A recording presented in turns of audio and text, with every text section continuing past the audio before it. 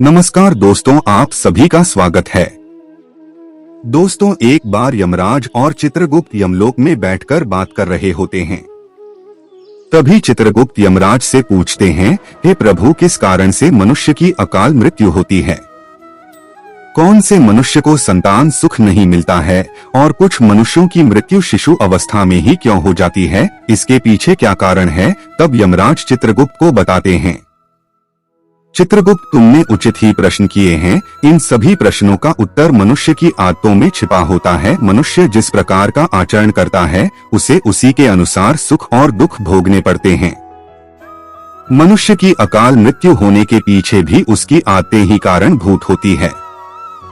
तुम्हारे प्रश्नों का उत्तर बताने से पहले मैं तुम्हें एक अत्यंत महत्वपूर्ण कथा सुनाता हूँ। इस कथा में तुम्हें तुम्हारे सभी प्रश्नों के उत्तर मिल जाएंगे, इसीलिए तुम इस कथा को ध्यान से जरूर सुनना। तो दोस्तों, यमराज ने चित्रगुप्त को जो कथा सुनाई है, हम आप सभी को सुनाने जा रहे हैं।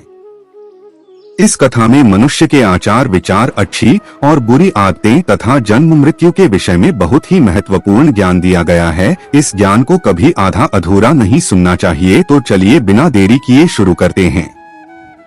यमराज कहते हैं कि चित्रगुप्त, किसी समय की बात है, मध्य देश में एक अत्यंत सुंदर नगरी थी। उस नगरी में एक धनवान सेठ रहा करता था, जिसका नाम था आत्माराम। आत्माराम बहुत ही मेहनती था। उसने अपनी मेहनत से सारा धन इकट्ठा किया था। उसका बहुत बड़ा व्यापार था और साथ ही उसके पास बहुत सारा खेत था।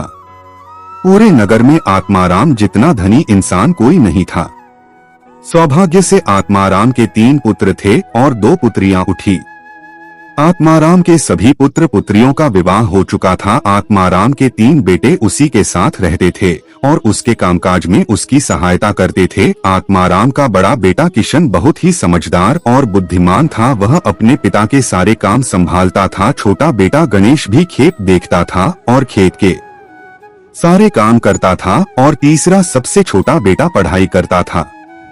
आत्माराम के दोनों बेटों का विवाह हो चुका था और कुछ समय बाद पढ़ाई खत्म होने पर उसने उसके छोटे बेटे का भी विवाह करा दिया और उसे भी अपने व्यापार में काम पर लगा दिया। भगवान की कृपा से सब कुछ ठीक चल रहा था। कई वर्ष बीत गए।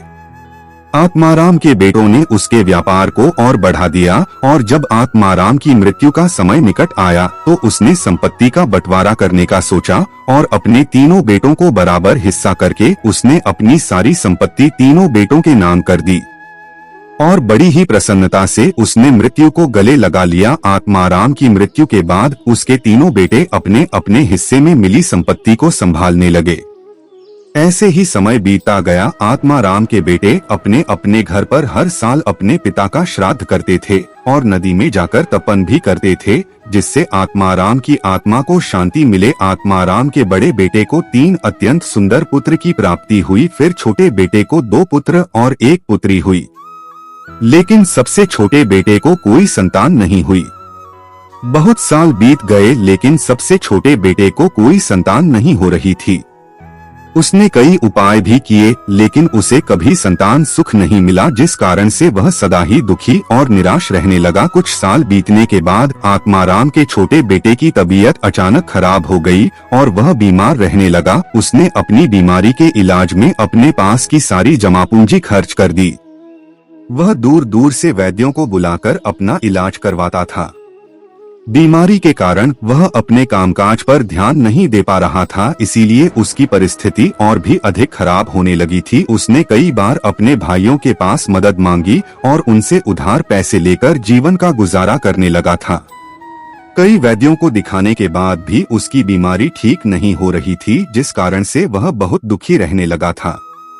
उसके भाई भी अब उसकी मदद करके थक चुके थे, लेकिन अब उन्होंने भी उसकी मदद करना बंद कर दिया, क्योंकि वह अपने बड़े भाइयों से ठीक से बर्ताव नहीं करता था। वह अपने भाइयों की उन्नति देखकर जलने लगा था और उनसे द्वेष करने लगा था, जिस कारण से वह और भी अधिक दुखी रहने लगा था। फिर एक दिन अचानक उसकी मृत्यु हो गई और फिर यम के दूत उसे लेने के लिए उसके पास आ गए। यम के दूत उसे घसीटते हुए यमलोक लेकर जाने लगे। फिर यमलोक पहुंचने पर उसे यमराज के सामने लाकर खड़ा कर दिया गया। वहां पर जाने के बाद वह छोटा बेटा रोता हुआ यमराज से पूछने लगा है, यमराज मैंने ऐसा कौन सा पाप किया है जिससे मुझे यह दिन देखने पड़े। मैं तो कितना अच्छा भला इंसान था, लेकिन किसी कारण से मुझे अचानक रोगों से ग्रसित कर दिया। किस कारण से मेरा सब कुछ नष्ट हो गया, ऐसा मैंने कौन सा पाप किया है। फिर यमराज कहते हैं, अरे मूर्ख, तूने अपने जीवन में बहुत पाप किए हैं। तेरी बुरी आदतों के कारण ही तुझे यह दिन देखने पड़ रहे हैं। तेरी अकाल मृत्यु का कारण भी तू खुद ही है। अब मैं तुम्हें बताता हूँ कि तूने शास्त्रों के कौन से नियमों का उल्लंघन किया है जिस कारण से तेरी दुर्दशा हुई है। जो भी मनुष्य शास्त्रों के नियमों का उल्लंघन करता है उसकी भी दशा तेरे जैसी ही होती है। यमराज उस छोटे बेटे से कहते हैं, मनुष्य को हमेशा अपने 5 अंगों को साफ करके ही भोजन करना चाहिए।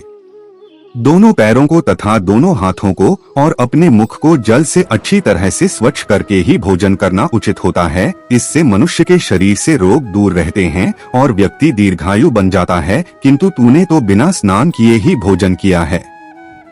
यमराज कहते हैं, भोजन शुरू करने से पूर्व उस भोजन के लिए भगवान को धन्यवाद देना चाहिए।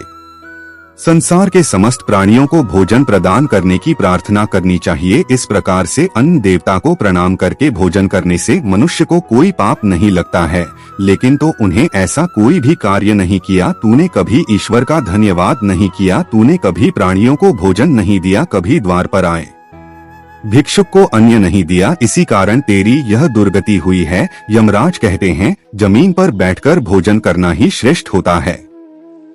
बिस्तर पर बैठकर भोजन करने से मनुष्य के शरीर में रोग उत्पन्न होते हैं और उसकी आयु कम हो जाती है। तो बड़े आराम से बिस्तर पर बैठकर भोजन करता था। इसी कारण से तेरे शरीर में रोग निर्माण हुए। शास्त्र कहते हैं कि दहलीज पर बैठकर भी भोजन नहीं करना चाहिए, किंतु तूने इस नियम का भी पालन नहीं किए, जिससे तेरी धन संपत्ति भी नष्ट हो गई। दहलीज पर बैठकर भोजन करने से धन का नाश होता है। यमराज कहते हैं, 3 प्रकार का भोजन मनुष्य को ही करना चाहिए। जिस भोजन के ऊपर से कोई पैर रखकर चला गया हो अथवा कोई व्यक्ति भोजन को लांच कर गया हो, ऐसे भोजन को कभी खाना नहीं चाहिए। ऐसा भोजन अशुद्ध हो जाता है। ऐसे भोजन को पशुओं को खिला देना चाहिए।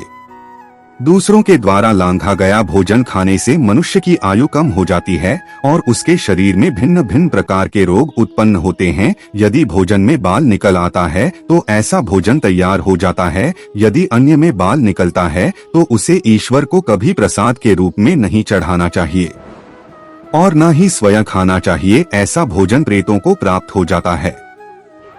यमराज उसे कहते हैं, दूसरों के लिए परोसा हुआ भोजन भी नहीं खाना चाहिए। जो मनुष्य दूसरों का भोजन छीन के खाता है अथवा किसी को बिना दिए ही स्वयं उस अन्न का उपभोग करता है, उससे देवी अन्नपूर्णा रुष्ट हो जाती है। भोजन सभी में बांटकर खाना चाहिए। दूसरों के हिस्से का भोजन करने से मनुष्य के पुण्य कर्म नष्ट हो जाते हैं, लेकिन तूने इनमें से किसी भी नियम का पालन नहीं किया। इसी कारण से तेरी आयु कम हो गई। शास्त्रों के अनुसार दिन के समय में मनुष्य को उत्तर की ओर मुख करके मल मूत्र का त्याग करना चाहिए। यदि रात्रि के समय मल मूत्र का त्याग करना हो तो दक्षिण की ओर मुख करके करना चाहिए। मल मूत्र का त्याग करते समय हमेशा अपने सिर को ढक कर रखना चाहिए।